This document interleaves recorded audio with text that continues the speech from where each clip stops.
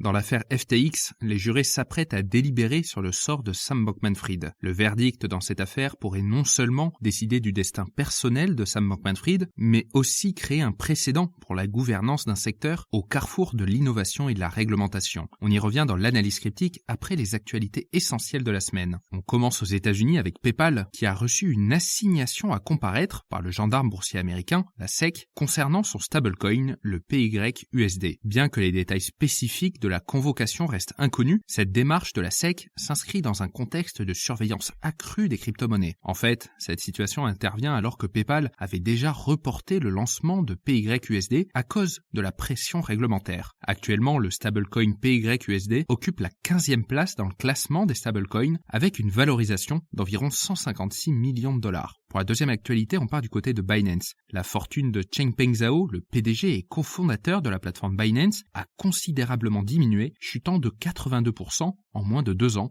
pour s'établir à 17,3 milliards de dollars selon Bloomberg. Cette baisse spectaculaire le positionne en 95e du classement des personnes les plus riches du monde, loin derrière des figures comme Elon Musk, Bernard Arnault ou encore Jeff Bezos. Mais il est important de noter que ces estimations pourraient ne pas refléter la totalité du patrimoine de Changpeng Zhao, car elles ne prennent pas en compte ses avoirs en crypto-monnaie, tels que des bitcoins ou encore la propre crypto-monnaie de Binance, le BNB, dont les montants exacts restent encore inconnus. Pour la troisième actualité, on part du côté de Bitcoin, qui souffle sa 15e bougie. En fait, le white paper de Bitcoin a été introduit il y a 15 ans par Satoshi Nakamoto et a jeté les bases d'un système de paiement pair à pair sans intermédiaire en proposant de repenser notre rapport à la monnaie. Bien que Bitcoin ne soit pas la première tentative de monnaie électronique, son architecture décentralisée, son réseau public vérifiable, son immutabilité garantie par la cryptographie et sa quantité limitée à 21 millions d'unités lui ont permis de se faire une place en tant qu'ovni dans la sphère financière traditionnelle. Pour la dernière actualité, on part du côté du fonds de capital risque américain Andreessen Horowitz, qui a annoncé son intention d'investir 3,4 milliards de dollars dans le démarrage et le préamorçage de jeunes entreprises avec un intérêt marqué pour le secteur des crypto-monnaies. Le fonds, reconnu pour son rôle pionnier dans l'investissement crypto depuis son entrée dans Coinbase en 2013, veut maintenir sa dominance dans ce domaine malgré un ralentissement général des investissements dû au bear market actuel. Ce fonds diversifie également ses placements dans des secteurs variés tels que la santé, l'intelligence artificielle, mais a annoncé envisager de renforcer son engagement vers les crypto-monnaies jusqu'en 2025. Pour l'analyse cryptique de la semaine, on s'intéresse encore une fois à Sam Bankman-Fried.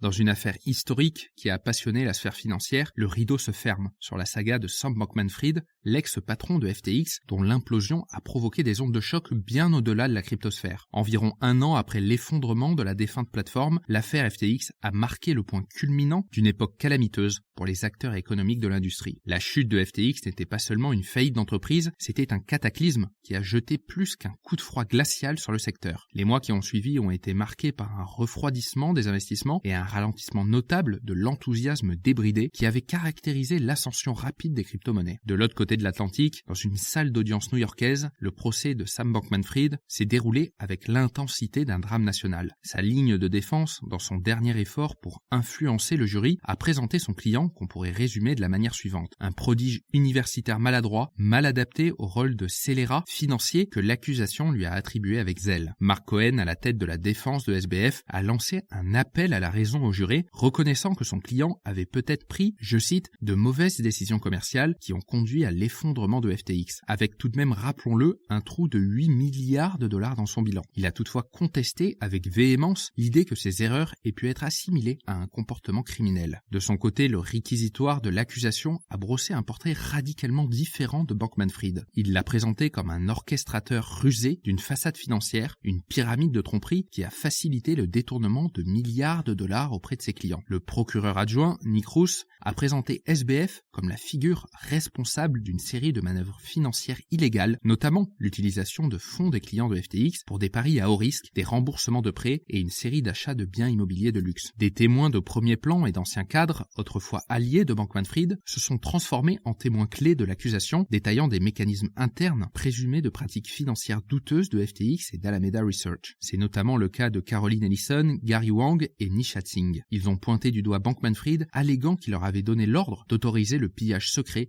de 65 milliards de dollars de fonds de clients de FTX. Bankman-Fried, qui a fait face à une litanie d'accusations comprenant la fraude et le blanchiment d'argent, est resté ferme dans son plaidoyer de non-culpabilité. La gravité de ces accusations pourrait le condamner à une longue peine de prison si le jury le jugeait coupable. Le procès a également suscité un débat plus large sur l'éthique même du secteur des crypto-monnaies. Bankman-Fried s'est souvent exprimé sur sa philosophie de l'altruisme efficace, a déclaré que ses activités financières visaient principalement à accumuler des richesses à des fins philanthropiques. Néanmoins, l'accusation a mis en lumière une contradiction potentielle, une implication que sa véritable intention pourrait avoir été la consolidation de sa richesse personnelle et de son influence. Les conversations publiques avec Forbes et l'auteur Michael Lewis ont révélé un personnage plus complexe, dont on peut dire qu'il était indifférent aux principes fondamentaux du monde des crypto-monnaies. Bankman-Fried a laissé entendre que son allégeance allait à l'accumulation de richesses, quel que soit le secteur, remettant en cause l'idéal de la communauté crypto d'un missionnaire engagé, c'est-à-dire ceux qui sont là pour le long terme, animés par une vision du potentiel de transformation de la technologie. Alors que l'affaire touche à sa fin, les délibérations du jury, qui devraient débuter en privé ce jeudi, pourraient écrire le dernier chapitre de cette saga. Le verdict final, lorsqu'il arrivera, fera plus que sceller le sort de Bankman-Fried. Il marquera au fer rouge la responsabilité des dirigeants dans le secteur financier, d'autant plus dans ceux innovants comme celui des crypto-monnaies. Voici ce qu'il fallait retenir dans l'actualité des crypto-monnaies cette semaine, et on se retrouve la semaine prochaine pour un nouveau tour d'horizon.